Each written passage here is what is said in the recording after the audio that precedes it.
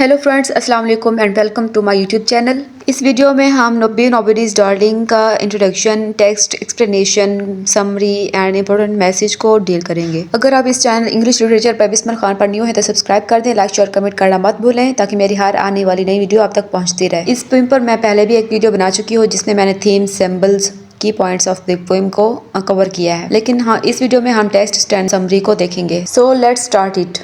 Here this stanzas and explanation of the poem Be Nobody's Darling. So let's start it. Be Nobody's Darling mean यहाँ पे alias worker कहना है कि आपको किसी का आइडियल बनने की ज़रूरत नहीं है और ना ही लोगों की एक्सपेक्टेशंस पर पूरा उतरने की ज़रूरत है और किसी का डार्लिंग बनने की हरगिज़ ज़रूरत नहीं है। बी एन आउटकास्ट मीन्स कि आप लोगों से इस तरह मुख्तलिफ बने कि आपकी पर्सनैलिटी दूसरों से मुख्तलिफ हो, दूसरों से कुछ अलग करने की कोशिश करें, सब कुछ वो ना करें जो दूसरे कर रहे हैं, अपनी कुछ पहचान बनाएं, इंडिपेंडेंट रहें। Take the contradictions of your life and wrap around you like a shawl. Contradiction means something opposite की ऐसी चीज़ जो आपने एक्सपेक्ट नहीं की होती, लेकिन वो हो जाती है रियल में। तो जाहिर सी बात है, जब बंदा एक्सपेक्ट नहीं करता, अगर वो हो जाए तो वो परेशान हो जाता है कि किस तरह इससे डील किया जाए। लेकिन लाइफ वर्कर ये समझाने की कोशिश करती है कि अगर कोई ऐसी कॉन्ट्राडिक्शंस आ भी जाती है लाइफ में तो उसको वेयर कर लें, लाइक अ शॉल। जिस तरह आप शॉल को वेयर कर लेते हैं ना, तो उन कॉन्ट्राडिक्शंस को, उन एक्सपेक्टेशंस को भी अपने इर्द गिर्द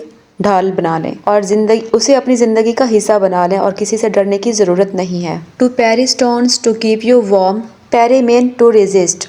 लाइफ वर्कर कहती हैं कि जो आपके ऊपर पत्थर पड़ रहे हैं, मतलब जो लोग तुम्हें ताने मार रहे हैं, तुम्हें आवाज़ें कस रहे हैं, पॉइंट मारते हैं, तो उसको आप रेजिस्ट करो, आगे बढ़ो, लोगों की बातों पर कान ना धरो। अलाइस वर्कर कहती हैं कि कूल डाउन हो जाओ, खुद को वार्म करो ताकि तुम जिंदगी में आगे बढ़ सको, मूव ऑन कर सको। मीन्स के लोग तुम्हें जो कुछ भी कहते रहें, तुम उसे पॉजिटिव वे में ले लो, तभी तुम कुछ कर सकोगे, जिंदगी में आगे बढ़ सकोगे। Watch the peoples come to madness with ample cheer. Alice Walker कहती हैं कि उन लोगों को देखो जो कम करते हैं, अपने आप को वो गिव अप कर देते हैं, खुद को मैडनेस के हवाले कर देते हैं और एंजॉयफुल लाइफ स्पेंड करते हैं। Let them look askance at you and you ask be an outcast. Alice Walker कहती हैं कि लोगों को देखने दो, लोगों को शक करने दो कि वो हैरान फुल रहे कि ये चीज़ों को कर पाएगी, क्या ये आगे बढ़ पाएगी, क्या ये चैलेंजेस को एक्सेप्ट कर सकती है। तो वो कहती है कि and you ask and reply, मतलब अपने हवाले से भी लोगों को डाउटफुल होने दें और आप भी लोगों के हवाले से डाउटफुल रहें। Be an outcast, be unique one, you must look at your individuality.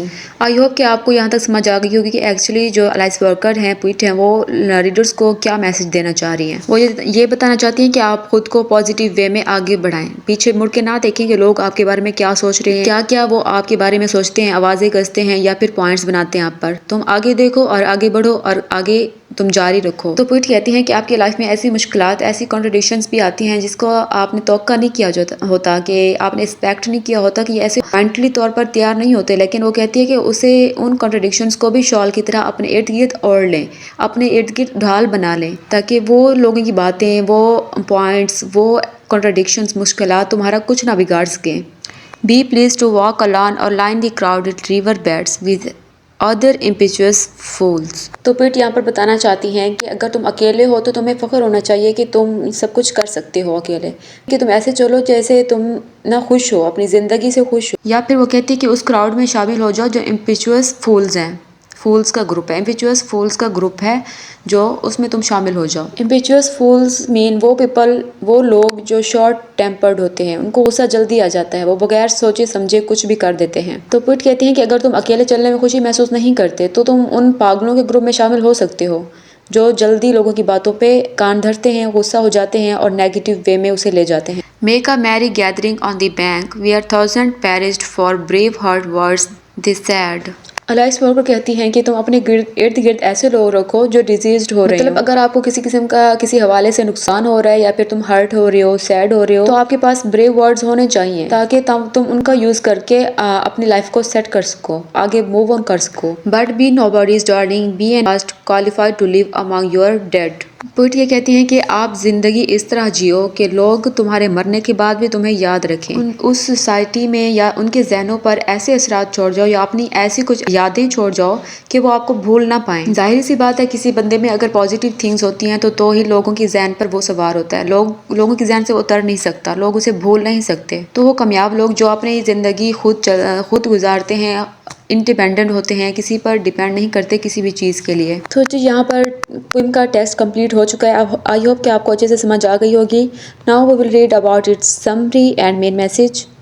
So let's start its summary. In Be Nobody's Darling, Alice Walker encourage करता है रीडर्स को to be true to themselves, कि अपने खुद के साथी बने रहें, even if that meaning beings different और rejected by the society. Even वो कहते हैं कि सोसाइटी से रिजेक्ट भी किए जा चुके हैं तो भी आपको इनकरेज होना चाहिए। अलाइस वर्कर ने यहाँ पर इस पोएम में एक वर्ड यूज़ किया, outcast, to describe someone who does not follow the crowd.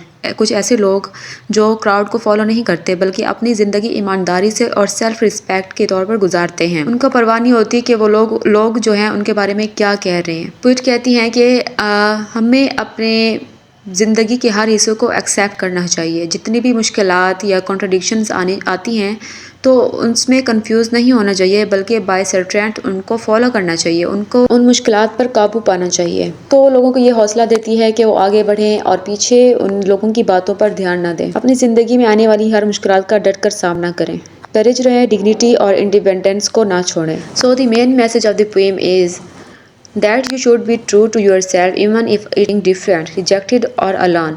Don't change who you are just to make others like you. Instead, be strong, independent and proud of your uniqueness. It's better to stand alone with truth than to follow the crowd blindly. Real courage is in being yourself, the world thinks. मतलब कि आपको ये ख्याल नहीं आना चाहिए कि दुनिया आपके बारे में क्या सोच रही है। अगर आप लोगों के बारे में सोचेंगे तो अपना टाइम उन्हें ही दे देंगे, आपको ये करने के लिए कुछ नहीं बचेगा। आप तो कहती है मेन मैसेज ये है कि आप दूसरों के लिए खुद को चेंज नहीं कर सकते बल्कि दूसरों को अपने जैसा बना सकते हैं। सो आई होप कि आपको समरी इसकी अच्छे से समझ आ गई होगी। अगर आपने अभी तक चैनल को सब्सक्राइब नहीं किया तो कर दें, लाइक शेयर कमेंट करना मत भूलें। मिलते हैं नेक्स्ट वीडियो में। अल्लाह हाफिज़। Thanks for watching.